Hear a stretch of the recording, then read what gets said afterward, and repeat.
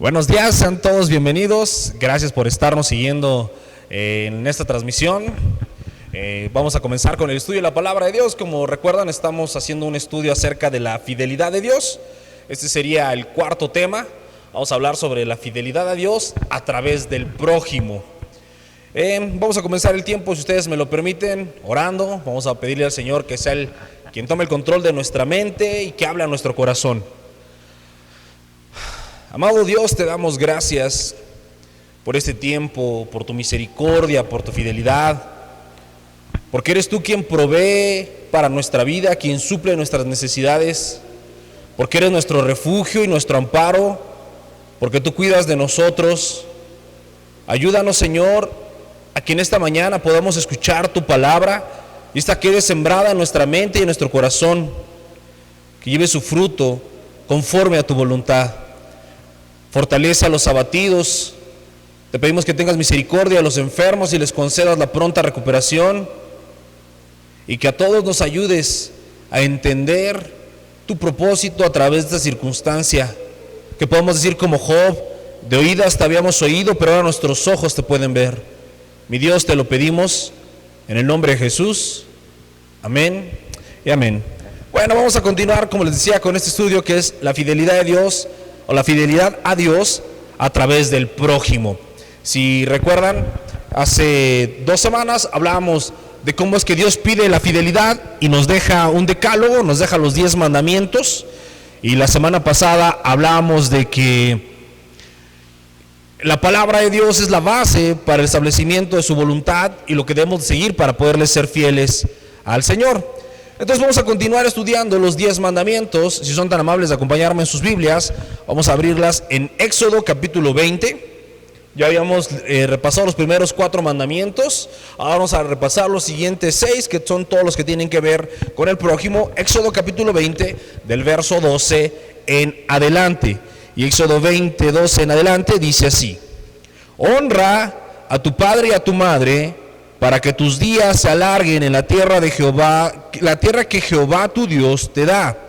No matarás, no cometerás adulterio, no hurtarás, no hablarás contra tu prójimo falso testimonio, no codiciarás la casa de tu prójimo, no codiciarás la mujer de tu prójimo, ni su siervo, ni su criada, ni su buey, ni su asno, ni cosa alguna de tu prójimo. Estos son los siguientes 6 mandamientos que Dios nos ha dado. Les decía, los 4 primeros, que son: no tener dioses ajenos delante de mí, no hacernos figura de ninguna cosa que hay arriba en los cielos ni abajo en la tierra, santificar el sábado y no tomar el nombre del Señor en vano. Esos 4 mandamientos nos muestran cómo debe ser nuestra fidelidad hacia Dios. Pero fruto de esa fidelidad, fruto de ese compromiso que hemos adquirido con el Señor, tenemos que observar el trato con el prójimo. No podemos medir bien cómo estamos en nuestra relación con Dios si no nos fijamos cómo están nuestras relaciones interpersonales. Y sabemos que el prójimo es toda aquella persona que nos rodea, a cualquiera que tenemos cerca, sea creyente o no. Cualquier persona que tengamos cerca es nuestro prójimo. Para el Señor, todas las vidas, cada ser humano es importante, porque todos los seres humanos hemos sido creados a la imagen y la semejanza de Dios. Y a veces parece un poco complicado entender la importancia que tiene para Dios cómo nos comportamos con los demás. Y aún nosotros mismos hacemos como una separación mental interna de lo que yo hago para Dios y lo que yo hago con los demás. Y nos damos ciertas licencias. O sea, yo puedo pensar que como hoy oré y como hoy leí la Biblia, puedo seguir enojado con una persona, puedo seguir permitiendo que alguien no me caiga bien, puedo seguir mostrando indiferencia ante la necesidad de los demás, y lo justificamos. Creemos que la gente se merece nuestro trato o nuestro maltrato, ¿no? Que como ellos me trataron muy mal, se merecen que yo les guarde resentimiento, que yo esté enojado o lo que sea. Pero para Dios no hay medias tintas. Si Él nos pide que tengamos una actitud hacia los demás, no importa cómo se estén comportando esos demás, tenemos que comportarnos como Dios lo pide. Porque cualquier falta, por pequeña que sea, dice la Biblia que si faltamos a uno de los pequeños mandamientos de la ley, así será nuestro llamado en los cielos, pequeño. Porque cualquier cosa que nosotros no cumplamos de la ley, realmente a quien estamos ofendiendo no es realmente al prójimo, que es cierto, cuando faltamos a los mandamientos, a estos 6 mandamientos que hemos leído, estamos faltándole al prójimo, pero principalmente a quien le estamos faltando es a Dios. Y quiero que me acompañen ahí en sus Biblias al libro de Levítico, que es el siguiente libro, después de Éxodo tenemos a Levítico, y vamos a leer el capítulo 6, Levítico capítulo 6, verso 1, del 1 al 5.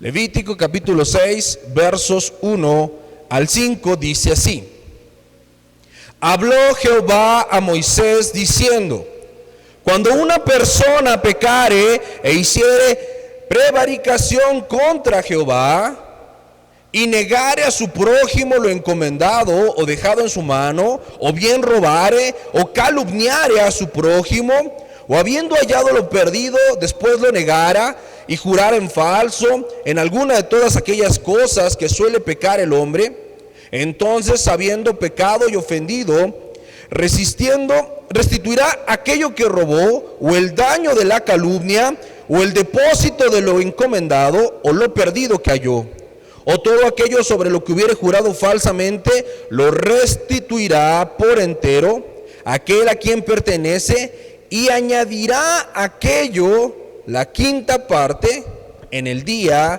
de su expiación. Dios está poniendo una ley a los levitas, que son a los sacerdotes, aquellas personas que estaban gobernando al pueblo y dirigiéndolo en el camino del Señor. Y la ley, Dios es tan específico que empieza a abordar un montón de casos que no son casos aislados, que son casos comunes, para que los levitas supieran cómo juzgar y cómo guiar al pueblo en estas circunstancias. Entonces, en el capítulo 6 dice que Dios le dijo a Moisés directamente: cuando una persona pecara e hiciera prevaricación, pero es bien interesante contra quién peca y contra quién prevarica. La prevaricación es una ofensa o un abuso. Cuando alguien peca o cuando alguien ofende o abusa, pero no dice al prójimo, dice contra Jehová. Después de esta coma, después de que dice contra Jehová, viene una coma y empieza a explicarnos cómo va a pecar el hombre o cómo prevarica. Y todo lo que hace el hombre no se lo está haciendo directamente a Dios. O sea, no es como que está faltando a los primeros 4 mandamientos. Realmente a los mandamientos que está fallando es a los siguientes 6, porque habla de engañar, que es mentir, de levantar falso testimonio, habla de robar, habla de defraudar la confianza de alguien. Entonces, el daño se lo estamos haciendo al prójimo, pero la ofensa es para con Dios. Es el Señor el que está recibiendo la ofensa, y Él está pidiendo que cuando el hombre ofenda o peque contra Dios, fallándole a su prójimo, y les dice qué es lo que tienen que hacer. Hay 3 cosas que el hombre tiene que hacer cuando falla en su fidelidad a Dios a través del prójimo. Porque yo voy a mostrar mi fidelidad a Dios en el trato que yo le dé a mi prójimo. Pero cuando yo fallo en esto, el Señor nos pide que hagamos 3 cosas. Número 1, que nos arrepintamos. Número 2, que restituyamos el daño. Y número 3, que indemnicemos. Son los 3 niveles en los que nosotros vamos a estar mostrando un arrepentimiento por haber sido infieles a Dios en el trato hacia los demás. Fíjense cómo dice en el verso 4: entonces, habiendo pecado y ofendido, restituirá aquello que robó, y el daño de la calumnia, o el depósito que se le encomendó, y lo perdido, o todo aquello sobre lo cual hubiera jurado falsamente, y lo restituirá a quien le perteneciere, y añadirá la quinta parte en el día de su expiación. O sea, cuando ellos se presentaban a pedir perdón delante de Dios por sus pecados, tenían que reconocer estas faltas. Pero no era nada más decir, ay Señor, sí es cierto, yo ofendí a mi prójimo. Era, Señor, yo ofendí a mi prójimo y tengo que hacer algo para sanar, para enmendar el daño causado. Siempre que pecamos, siempre que hacemos algo en contra de nuestro prójimo, causamos un daño. No es nada más arrepentirse, por supuesto ese es el primer paso, confesar el pecado y pedirle perdón a Dios, el día de la expiación. Pero hay que restituir, esto es sanar o curar el daño causado, y en medida de lo posible, tener una compensación, darle, dice, añadir, y se le añadirá la quinta parte, o sea, tener como una compensación. No solamente voy a restituir el daño que te causé, sino voy a compensarlo por el tiempo que sufriste por mi mala actitud. Así es que para tener en claro cómo vamos a ser fiel a Dios y cómo vamos a corregir nuestra infidelidad en caso de que le estemos fallando a Dios en nuestra fidelidad al ofender a nuestro prójimo, vamos a hacer una revisión rápida. Podríamos tomar un sermón para cada uno de los mandamientos, pero en esta ocasión vamos a revisar cada uno de los mandamientos de forma rápida pero profunda, para tener más claro cómo es que yo puedo ofender a Dios rompiendo estos mandamientos y cómo debo yo de resarcir el daño, bueno, arrepentirme, resarcir y si se puede indemnizar al ofendido.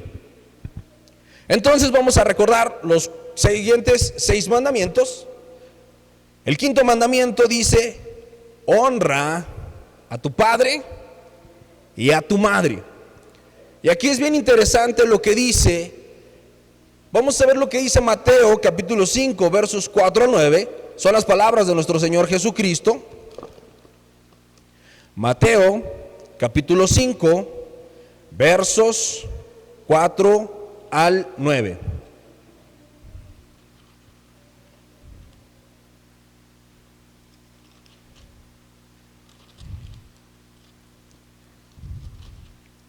Y Mateo capítulo 5 versos 4 a 9.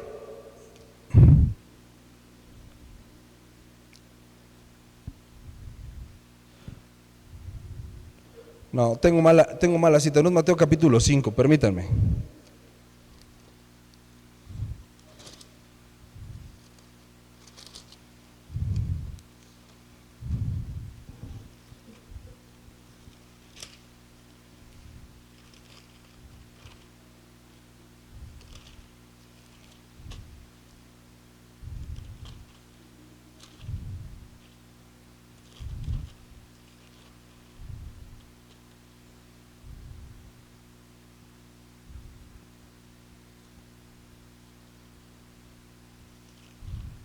Si alguien me ayuda a revisar la cita de forma correcta, es cuando Jesús nos habla precisamente. Jesús cita este mandamiento de honrar a nuestro padre y a nuestra madre. Es en el Evangelio de Mateo, pero copié mal el capítulo. Si alguien me puede ayudar por ahí a revisar ahí en sus concordancias el versículo, para no decir una porción de la escritura que no sea correcta. Bueno, Jesucristo también menciona este versículo de honrar a nuestro padre y a nuestra madre, y Él nos da precisamente este mandamiento donde tenemos que honrarlos para que nuestros días se alarguen. Y la Biblia también dice que cualquiera que no honrara a su padre y a su madre, aquel que los maldijera, muera irremisiblemente. Permítanme, voy a buscar la cita, no quiero dejarlo así.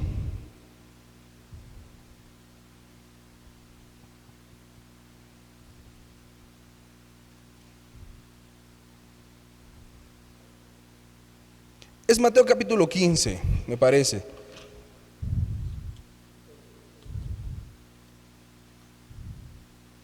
Sí, es Mateo capítulo 15. Mateo capítulo 15, ahora sí, versos 4 a 9. Perdón por el error al copiar ahí. Si me acompañan, por favor, en Mateo capítulo 15, versos 4 a 9, dice así. Está hablando Jesús. Porque Dios mandó diciendo: honra a tu padre y a tu madre, y el que maldiga al padre o a la madre muera irremisiblemente. Pero ustedes dicen: cualquiera que diga a su padre o a su madre, es mi ofrenda a Dios, todo aquello con que pudiera ayudarte, ya no honra a su padre o a su madre. Así habéis invalidado el mandamiento de Dios por su tradición. Hipócritas, bien profetizó de ustedes Isaías cuando dijo: este pueblo de labios me honra, mas su corazón está lejos de mí, pues en vano me honran, enseñando como doctrinas mandamientos de hombres. Aquí podemos ver la importancia del cumplimiento de los 10 mandamientos en boca del mismo Señor Jesucristo. Él está diciendo: recuerden que Dios dijo. ¿Cuándo dijo? En los 10 mandamientos. ¿Y qué fue lo que dijo? Honra a tu padre y a tu madre. Y les hace otra aclaración, cita otra porción de la Escritura, dice: y cualquiera que los maldijera, muera irremisiblemente. Y está diciendo: pero ustedes han enseñado cómo deshonrar a los padres. Y una forma de deshonrar a los padres es no tener cuidado de ellos cuando son viejos o cuando tienen una necesidad. Porque dice que los fariseos habían enseñado al pueblo de Israel que estaban ellos eximidos de tener una atención o una responsabilidad con sus papás. Si decían: mira, yo traigo 500 pesos, papá, pero en lugar de dártelo para tus medicinas, es lo que voy a dar de ofrenda. Entonces ya no te voy a dar a ti esos 500 pesos, ya no tengo que darte nada, porque yo ya ofrendé en la iglesia. Y dice el Señor: con eso han invalidado el mandamiento. Son unos mentirosos que no me honran. No me está siendo fiel a mí por traer 500 pesos a la iglesia, cuando el mandamiento era: honra a tu padre y a tu madre. Más que hacer cosas, más que dar dinero a la iglesia, tendrías que estar ayudando a tus padres que están en necesidad. Pero como no lo haces, eres un hipócrita e infiel a Dios.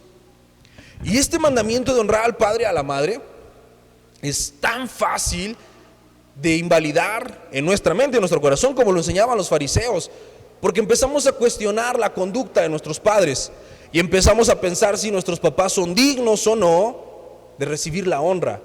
Y yo estoy seguro que no hay una sola persona en el mundo que pueda decir: yo tuve los padres perfectos porque nunca se equivocaron, porque siempre fueron justos en todo, porque me dieron todo el amor que yo necesitaba, me enseñaron todos los buenos ejemplos que yo ocupaba. Mis amados, nadie, ningún ser humano en la tierra puede hacer eso, porque somos un montón de seres humanos débiles, imperfectos, con una naturaleza caída.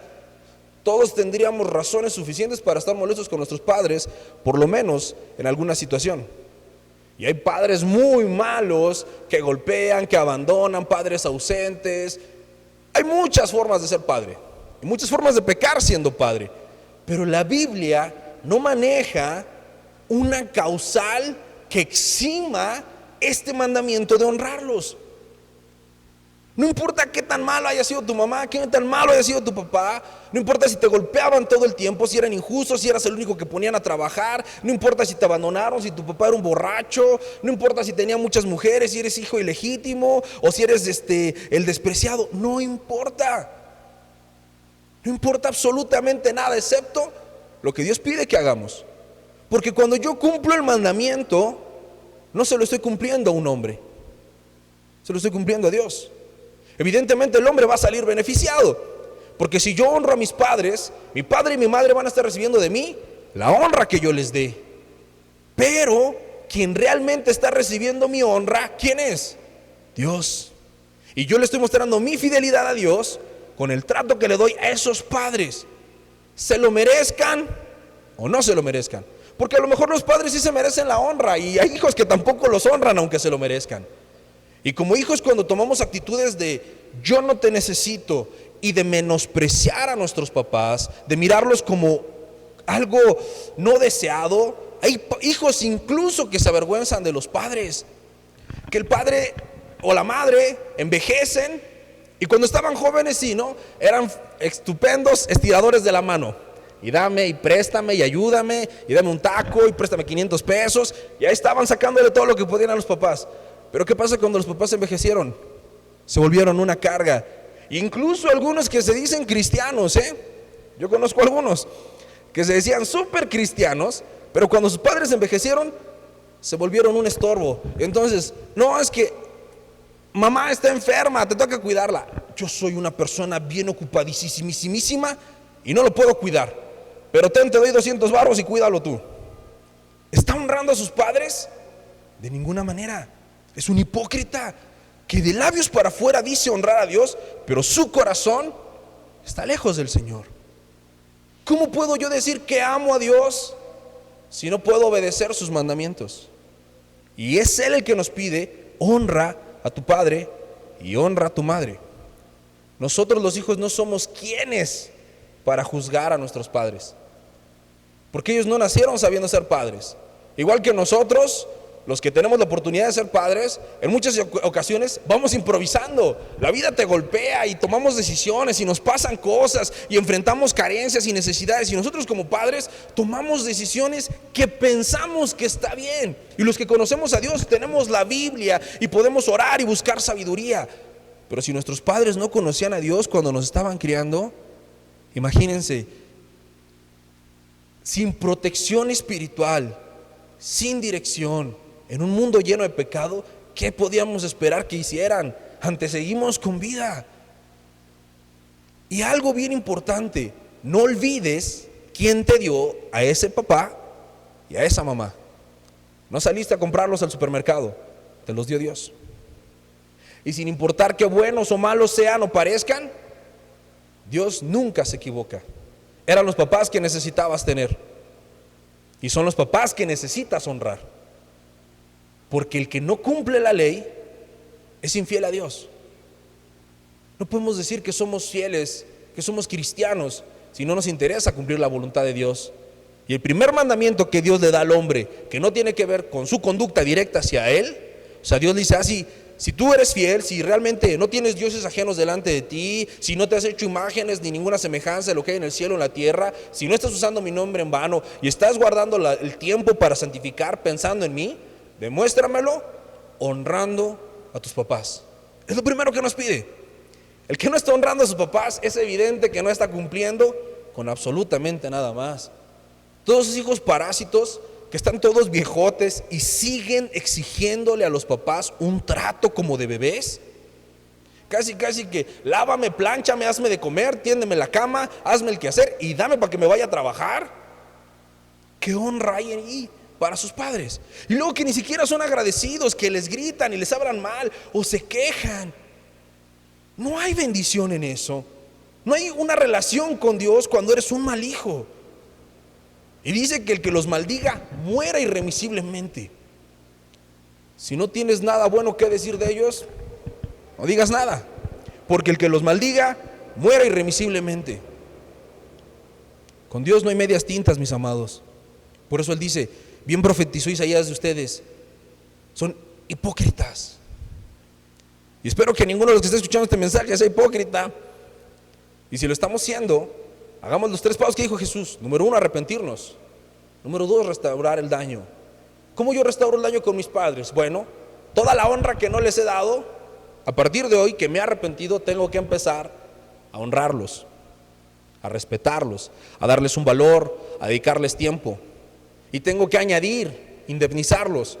Pues si nunca les dediqué tiempo, pues empezarlos a visitar. Si no conocen al Señor, hablarles del Señor para que lo conozcan. Y si he sido un malagradecido que no he valorado nada de lo que me han dado, pues entonces trabajar para corresponder todo lo que ellos me han dado. Y entonces estaré siendo fiel a Dios. Si no, sigo ofendiendo directamente a Dios con mis actos. Sigo siendo un infiel al Señor si no honro a mis padres.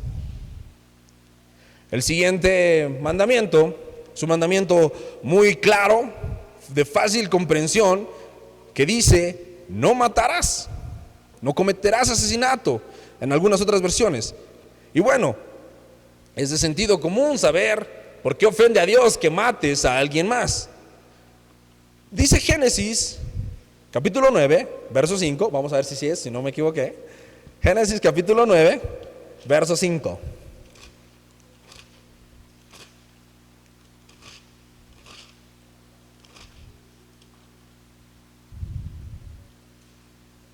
Aquí está, Génesis capítulo 9, verso 5 dice así: Porque ciertamente demandaré la sangre de sus vidas, de mano de todo animal la demandaré, y de mano del hombre, de mano del varón, su hermano, demandaré la vida del hombre.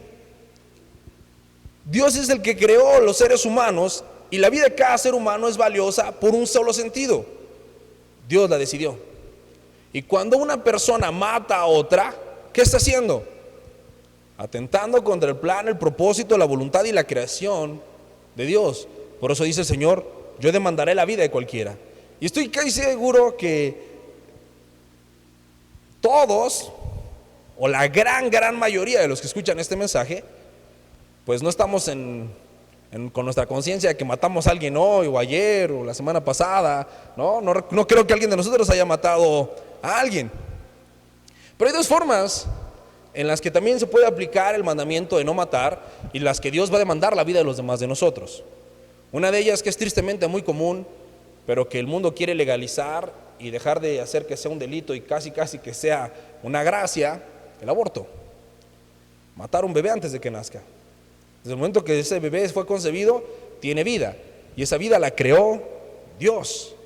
Y cuando atentamos contra la vida de un bebé no nacido, estamos quebrantando este mandamiento. Ninguna persona que se llame cristiano puede tener en su mente ni en su corazón simpatía o empatía por este acto criminal. Tristemente, como lo comentaba la semana pasada, todos esos pseudocristianos que andan apoyando las marchas del orgullo, no sé qué, también hay muchos pseudocristianos que creen que el aborto es una buena decisión. Es que está muy niño y embarazó a la novia, pues mejor que lo aborten, porque si no van a echar a perder su vida. ¡Wow! De ninguna manera. Si hay una vida ahí, está la voluntad de Dios en medio. Y si fue producto del pecado, es consecuencia del pecado y hay que afrontarlo. Hacer otro pecado no quita el pecado que ya cometiste. Pero también los pecados, atentamos contra la vida de los demás por la omisión también. Cuando somos malos padres y somos omisos en la alimentación, en el cuidado de la salud de nuestros hijos, estamos atentando contra su vida. Cuando tenemos a nuestro cargo un enfermo, un adulto mayor, alguien en una necesidad física, emocional, y somos omisos, voluntaria o involuntariamente, y no proveemos lo necesario para su bienestar, también estamos atentando contra su vida. Y cualquier cosa que hagamos en perjuicio de la salud y de la calidad de vida de alguien más, estamos atentando contra su propia vida, estamos fallando a este mandamiento. Porque Jesús dijo en Mateo 5, en el Sermón del Monte, ahora sí, ya de ahí estaba Mateo 5, que escucharon que fue dicho: no matarás. Pero yo te digo que cualquiera que llame fatuo a su hermano es culpable de asesinato. Cualquiera que le desee el mal a su hermano ya es culpable de este mandamiento. ¿Con qué facilidad nos permitimos devaluar la vida de otras personas, salvos o no? No importa, buenos o malos, no importa. Los mandamientos son absolutos. Y si Dios dice: no atentes contra la vida de nadie, es: no atentes contra la vida de nadie. Pero si te has dado cuenta que has deseado el mal a los demás, que has sido negligente, que has estado apoyando o participando en ideas como el aborto, mis amados, nos tenemos que arrepentir. Tenemos que resarcir el daño y compensar el mal que hicimos. Y si podemos, indemnizarlos, darles algo más de lo que se espera que demos, no para estar bien con el prójimo solamente, no para quedar bien con la sociedad, porque tenemos un compromiso con Dios de fidelidad, de ser de Él y ser para Él. El séptimo mandamiento, aquí quizá es tristemente un pecado mucho más común que los otros dos. El séptimo mandamiento es: no cometerás adulterio. Y pues ya lo habíamos hablado bastante en las sesiones pasadas, ¿no? En los otros estudios que estuvimos haciendo, que Dios equipara su relación con la humanidad como la relación de un matrimonio. Y el matrimonio, el propósito del matrimonio no es solamente la felicidad de una pareja, que por supuesto el matrimonio, uno de los bienes que acarrea a la humanidad es la felicidad de la pareja, porque el que haya esposa, haya el bien y la benevolencia del Señor, pero ese no es el principal objetivo.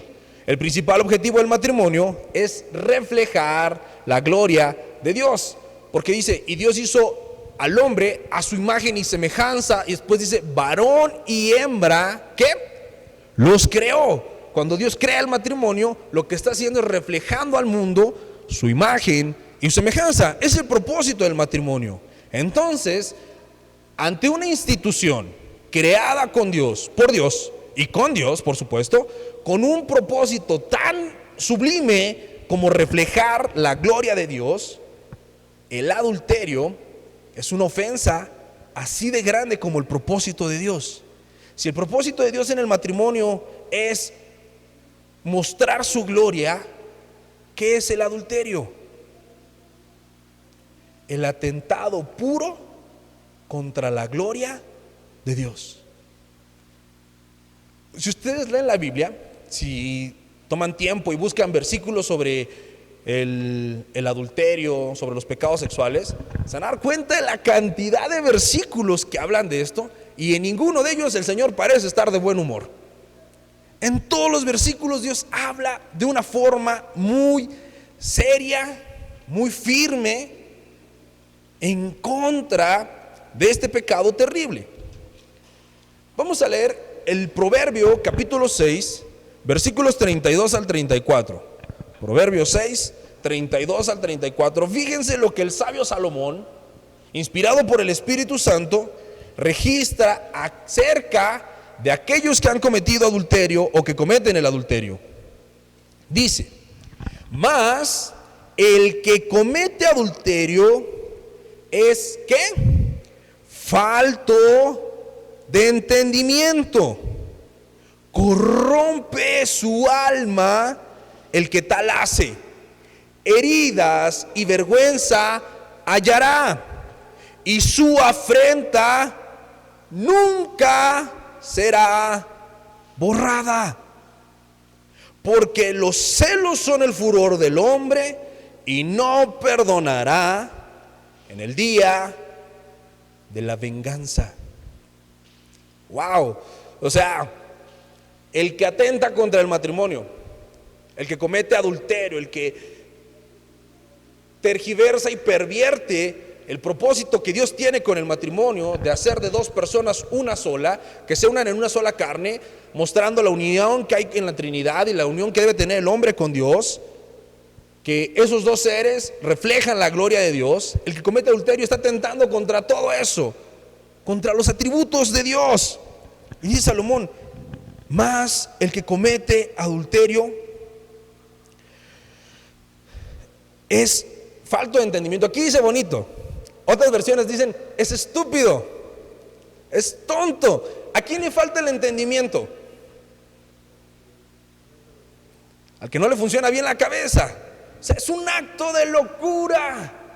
Aquel que se atreve a transgredir la bendición que hay en un matrimonio está loco.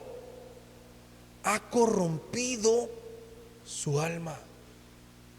Y la alma es lo más profundo del ser. Una persona que comete adulterio está trayendo a su vida la peor torcedura que podría tener un ser humano, porque está atentando ante la principal institución creada por Dios, con el propósito más alto y elevado, que es que se refleje la gloria de Dios y que haya una descendencia para glorificar el nombre de Dios. Y un adulterio rompe con todo eso y tergiversa todo eso. Y nos dice Dios a través de Salomón qué es lo que le espera a quien hace esa cosa. Y fíjense que las consecuencias del adulterio no las da el ofendido. No dice, y el que comete adulterio, córrale que ahí le va a la vieja, o córrale que ahí le va el viejo celoso. No, las consecuencias de quien comete adulterio son consecuencias divinas. Heridas y vergüenza hallará. La vergüenza está en nuestra conciencia, y la conciencia está en el alma. ¿Y quién puede tocar el alma de las personas? Dios. Esa humillación, esa vergüenza, esa falta de paz, ese saber que está mal, ¿quién se lo va a poner? Dios. Y su afrenta nunca será borrada. No dice que no es perdonada, pero dice que no es borrada. O sea, es uno de esos pecados que tiene una consecuencia que en vida no puedes meterle reversa. Si tú te robas algo, ¿le puedes poner reversa al robo? Sí. Supongamos que yo voy y le robo a don Jorge 1,000,000 de pesos, ¿no? Y viene don Jorge y me reclama su 1,000,000 de pesos. ¿Cómo puedo yo resarcir el daño? Le devuelvo el 1,000,000 de pesos. Pero supongamos que una persona comete adulterio. ¿Cómo esta persona resarce el daño con su cónyuge? No le puedes meter reversa a eso. Por eso dice, su afrenta nunca será borrada. Después de un adulterio, las cosas nunca vuelven a ser como antes. Puede haber un proceso de restauración, puede haber un arrepentimiento, una reconciliación, algo que Dios intervenga milagrosamente, sí. Pero las cosas volverán a ser igual que antes. No se puede. No pueden volver a ser igual que antes. Porque los celos son el furor del hombre y no perdonará en el día de la venganza. Terrible pecado el adulterio.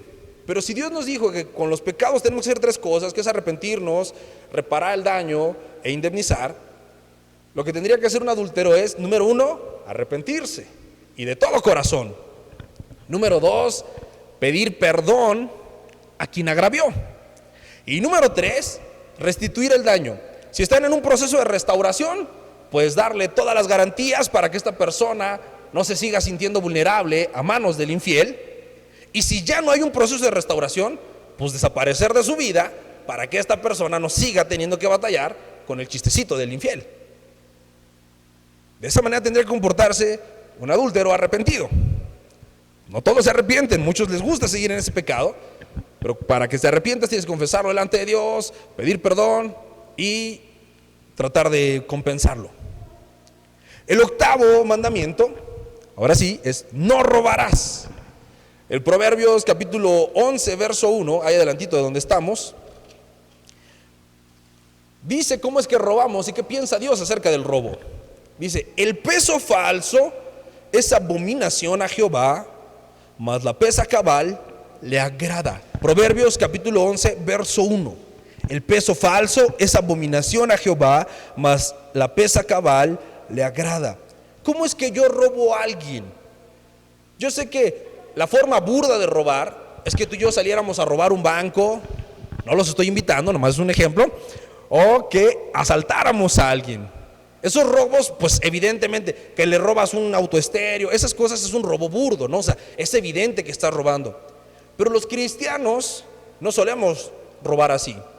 Los cristianos, tristemente, ¿sabes cómo solemos robar? De forma disimulada. Así como que no pasa nada, los que venden, pues le ponen, hacen kilos de 750 gramos o litros de 800 mililitros. Es a través del engaño. Alguien roba cuando estafa, cuando tima a los demás. Supongamos que yo vendo algo, a lo mejor vendo celulares, y el celular no cuesta más de 1,000 pesos, pero viene enfrente un señor, un adulto mayor, y lo mareo y le saco 1,500 pesos por un celular que no valía más de 1,000 pesos. ¿Yo lo robé? Sí. ¿Por qué? Porque lo defraudé. Hice que pagara algo que no valía. No quiere decir que no pueda vender y tener una ganancia en mis productos. Claro, porque la pesa justa, o sea, en la justicia de ganar lo que te corresponde, hay bendición. Pero cuando estás timando, cuando estás abusando de los demás, eso es abominación para Dios. Dios aborrece a un cristiano tramposo, porque ese cristiano no es cristiano, es un infiel a Dios que muestra su infidelidad a Dios robando al prójimo. Hay personas que ponen a cargo de un negocio y en lugar de cuidar el negocio, ¿qué es lo que están haciendo? Llenándose la bolsa. Cuando alguien, para que tú puedas robar a alguien, ese alguien tuvo que haber puesto en tus manos su dinero y su confianza. Y si tú tomaste de ese dinero abusando de la confianza, eres un ratero. Y Dios no está contento contigo. Y no eres fiel a Dios, porque no estás confiando que de Él viene tu prosperidad. Si tú trabajas y te los ganas, ¡qué bendición! Y si ganas mucho, más bendición. Pero nunca busques tener una mayor ganancia a través del engaño. Porque, mis amados, podemos engañar y robar a quien quieras, pero Dios lo sabe. A Él no lo podemos engañar. Entonces, si tú has robado, cuando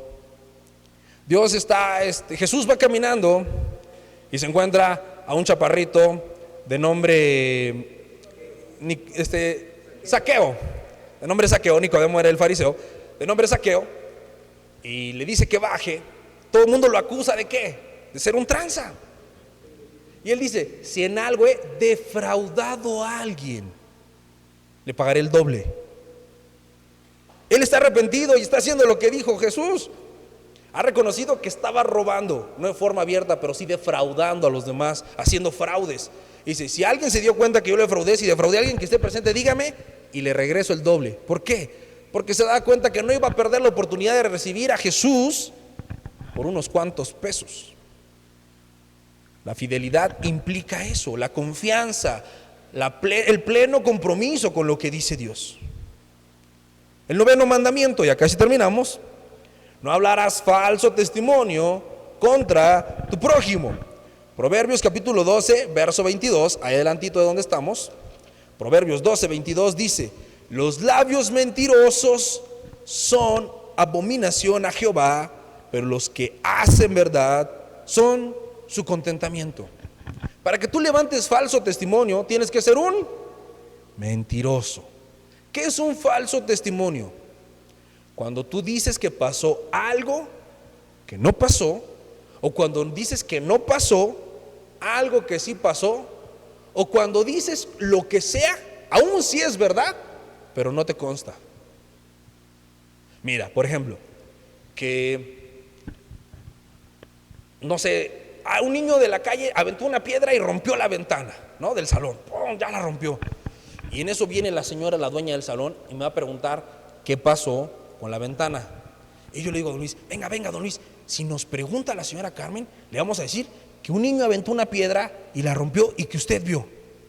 Y don Luis dice: sí, un niño aventó la piedra y yo lo vi. Eso le consta a él. Aunque sea la verdad, él estaría siendo un testigo falso. No podemos decir algo que no nos consta, aunque fuera verdad. Y bueno, pues mucho menos algo que es mentira, porque lo suponemos. A veces es fácil, ¿no? Y como padres nos pasa. Regañas a un niño: a ver, ¿por qué hiciste esto? No estás seguro que él fue, pero tú supones que él fue. Cuando tú acusas a alguien de forma injusta, ¿te pareces a Dios? No. Todos, antes de hablar y culpar o responsabilizar a alguien de algo, tendríamos que tener la certeza que esa persona es culpable de ese algo, porque si no, no estamos pareciéndonos a Dios. Y dice la Biblia que no creerás el testimonio de uno solo. Para creer en algo, tiene que haber ¿cuántos testigos por lo menos? 2 o 3. Porque si lo escuchas de uno solo, hay un gran porcentaje de probabilidad que sea un chisme. Y Dios no es chismoso ni se junta con ellos. A Dios le gustan los que hablan con la verdad. ¿Quieres ser fiel a Dios? No digas que viste o que oíste algo que ni viste ni oíste. Y por último, no codiciar. La codicia, híjole, es un pecado sutil, y es sutil porque se encuentra ¿en dónde? En la mente. Y la codicia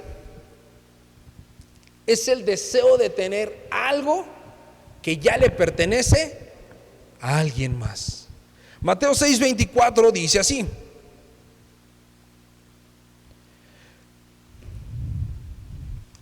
estoy en Marcos. Mateo 6:24.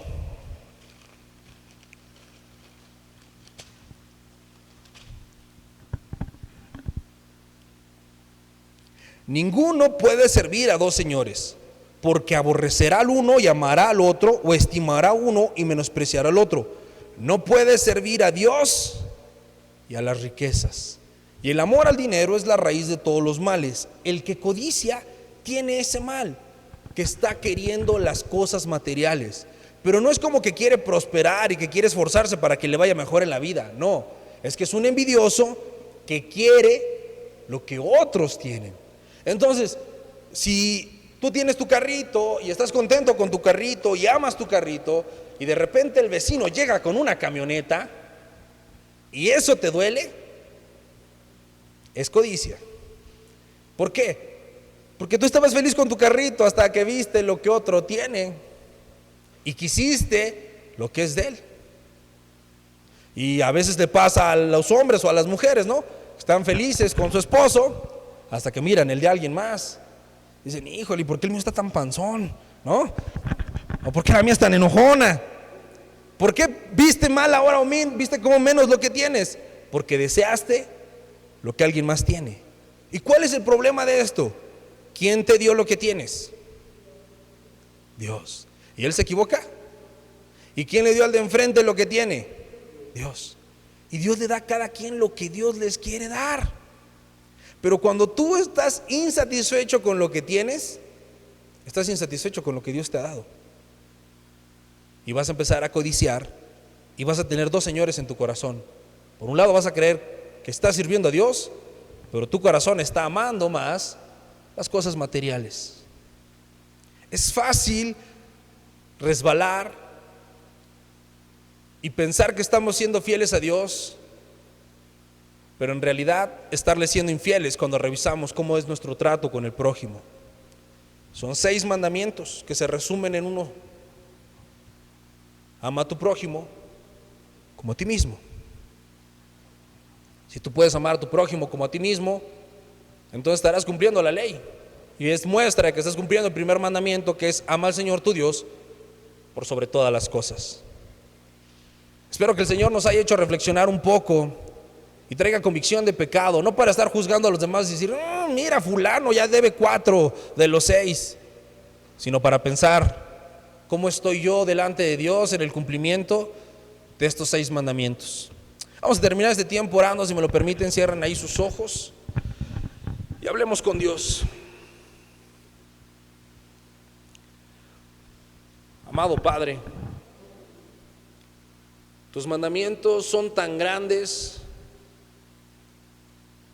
que humanamente es imposible cumplirlos, pero sabemos, Señor, que no estamos solos, que tu Santo Espíritu está con nosotros para convencernos de pecado, de juicio, de justicia,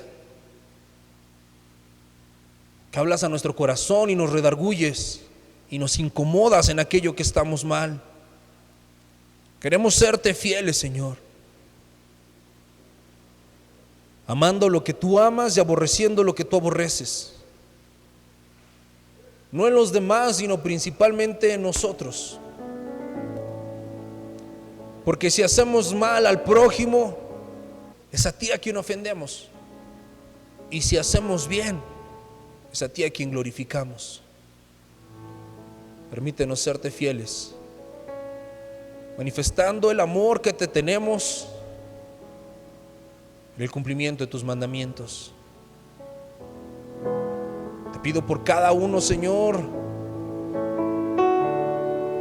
de los que tenemos padres, que los podamos honrar,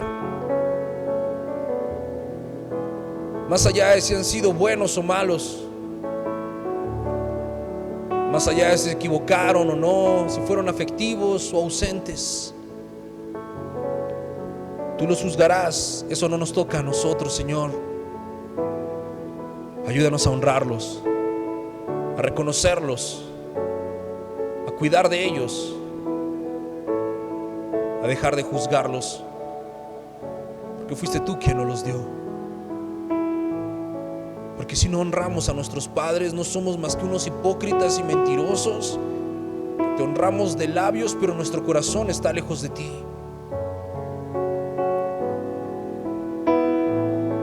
Señor, perdónanos por fallarte, por cada vez que hemos sido negligentes y torpes y hemos atentado contra el bienestar de la vida de alguien, deseándole el mal, apoyando prácticas demoníacas que atentan contra la vida de los no nacidos.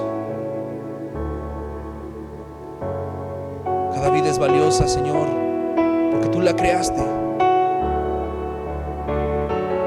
Queremos serte fieles, valorando cada una de esas vidas que tú has creado.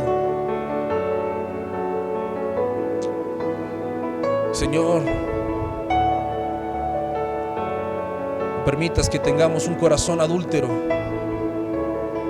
insatisfecho, que nunca atentemos contra la institución que tú has creado llamada matrimonio, porque el propósito de ella es reflejar tu gloria. Porque el que comete adulterio es falto de entendimiento, acarrea vergüenzas y heridas, y su afrenta no será borrada. Concede el arrepentimiento, Señor, a quienes han caído, y la fortaleza para que cada matrimonio se conserve puro y el hecho sea sin mancilla. Que aquellos que cayeron se puedan restaurar, que en medida de lo posible los matrimonios puedan seguir adelante.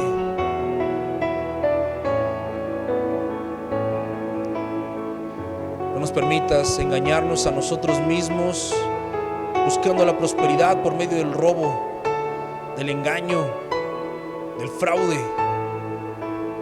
Que seamos honrados y trabajadores, porque más vale un peso bendecido que 100 sin tu bendición. Haznos temerosos de ti, Señor.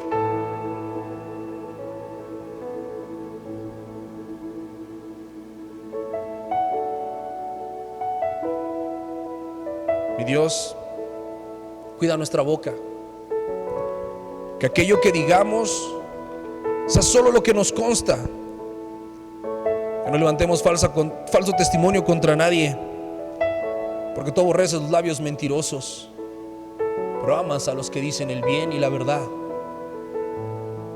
Que nuestra vida sea basada en tu verdad y que mostremos nuestra fidelidad hablando solo eso, solo la verdad.